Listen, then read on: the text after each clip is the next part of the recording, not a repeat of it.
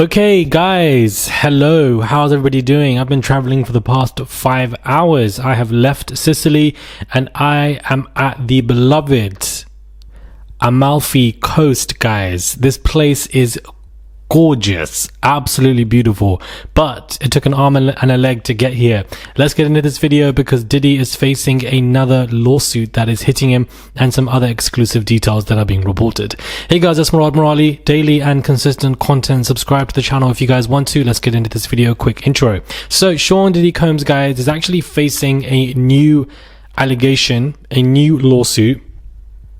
Busby filed not one but two yesterday.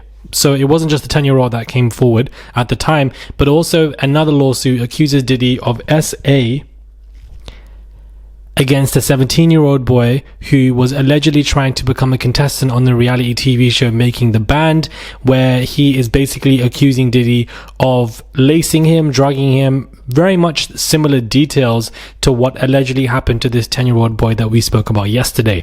So this is a second lawsuit that Busby has filed that Diddy is facing yet again. Somebody who is classified as a minor that is being used, groomed and abused left, right and center allegedly by this man.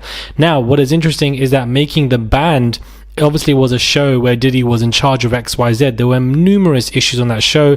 Numerous people are still speaking out to this day. And so this to me is an example of how he was using several of his entities as grooming grounds. We know this with Sean John models, God forbid at one of the charities that he was working at, but also Making the Band, a TV production show where he was in charge. He could do whatever he wanted to do, and therefore when younger people came into audition, he would simply take advantage of them, is what this person is accusing him of. Now Yahoo is really reporting on the fact that P. Diddy actually kept meticulous records and that it wasn't just tapes, and that he has enough dirt to hang half of Hollywood. Sean P. Diddy Combs has had zero support from exes, including Jennifer Lopez and Cameron Diaz, who everybody seems to forget for some reasons, but who are in a major panic that he will drag them down by spilling sordid secrets about them if he winds up wearing a number, a source tells In Touch. It's not like they've been around trashing him, but everyone's been giving him a seriously wide berth. He's radioactive at this point. Even if he hasn't found guilty, his name is mud, and it was social suicide to have anything to do with him. The Can't Nobody Hold Me Down singer has denied the allegations but remains in federal custody until trial begins, with Tony Busby as well. But it looks like In Touch and Yahoo are repeating that he is keeping records. The source notes no one is risking their reputation coming to Diddy's defense, despite the chart-topping musician expecting his former friends to have his back. He's still in total denial and actually expected all his high-profile friends and even his exes like J-Lo and Cameron to stand up for him. He can't wrap his head around the fact that everyone's just dropped him and wants no part of his sordid scandal at all.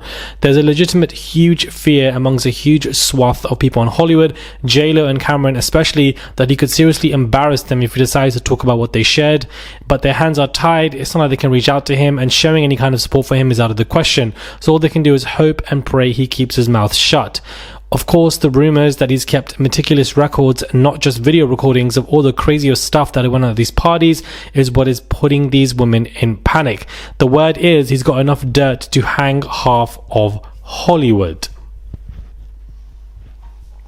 Is he going to hang half of Hollywood? I honestly don't think so. But do I think he has enough information? Absolutely. What is interesting now is that it's not just videos that he kept.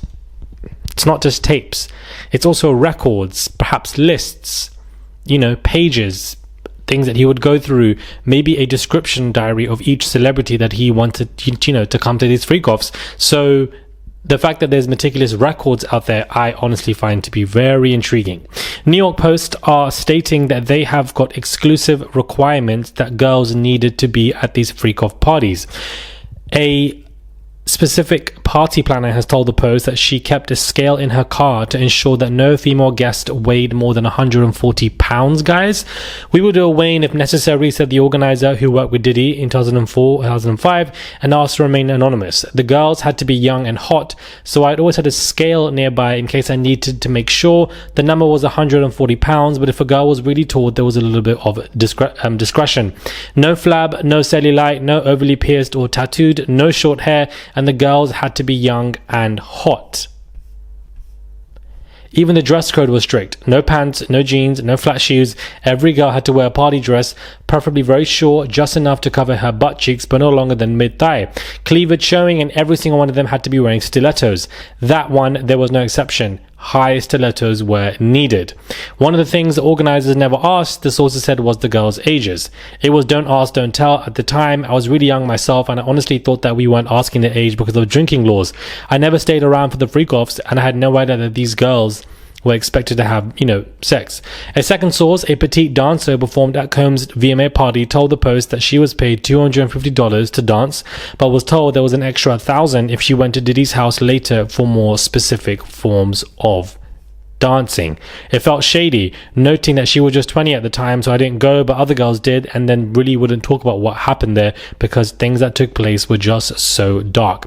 Once again, the New York Post is reminding us, guys, that they have viewed more than 24 videos of Raku's sex parties, which appeared to be footage of Diddy's freak-offs that were tied to mainstream events. In the videos, women who fit the description can be seen having intimacy with men as Combs watched and then joined in himself. And then, of course, the alleged behavior is consistent with similar allegations made earlier this month. In one lawsuit, women alleged that Diddy and the female celebrity R-worded her when she was 13, and of course young male celebrities have been seen in these videos as well. So in my opinion, I honestly feel like it's imminent when it comes to the release of this stuff, because if the New York Post are claiming that they have watched this stuff, I would imagine so in a month or 3 that one of these videos will be leaked or produced or posted by one of these platforms, because how in the hell have New York Post gained access to these videos? I honestly don't understand. Is prosecution leaking stuff? Because how would they gain access? I'm shell-shocked that they have watched, are in possession, and they do have celebrities in these tapes from what they are saying, and that there's even tapes of Diddy's doing of Diddy doing stuff. Surely that should be in the prosecution's hands and then going to Diddy's defense so that they can prep for the trial in May. How New York Post has these tapes, I feel like needs to be a bigger conversation. Somebody let me know in what way, shape or form that these people have these tapes. Somebody gave it to them, somebody sold it to them, somebody gave it to them secretly. Maybe there is a media bidding war or something like that, but there's a big difference between talking about that you've seen it and releasing it. Don't get me wrong, the papers, they want to release these tapes. The first paper that breaks the news with screenshots of this tape or one of these tapes and then a video, it's going to be one of the most clicked websites of that day. Their revenue is going to be absolutely insane. So therefore, all of these papers want to do so because nothing is more important than money. Money over morals 24/7 for a lot of these people. So my question is, how in the hell have they got this? I just don't understand. Because for them to remind us that they are in possession and have seen this stuff, I don't understand. Either prosecution is leaking the stuff or has leaked it, or there were just that many tapes because Diddy is just that big of a monster that whilst prosecution have huge terabytes, it seems that a lot of other parties seem to have them too. Let me know your thoughts are, guys, when it comes to this video. Do subscribe to the channel, comment down below, and give this video a thumbs up. I would really appreciate it. It's just one click to subscribe. In the Amalfi Coast, this place, guys, is... oh my god. Shout out to anybody from Amalfi or from Italy or has been to Amalfi. It is beautiful. I'm only here for 2 nights, but I just had to come and see it. Even in October, November, where winter is approaching, it's still beautiful and the weather's still amazing, and much less people, which is nice because it's more peaceful. Anyways, let me know your thoughts are when it comes to this. Do subscribe, and I'll catch you guys soon for another video.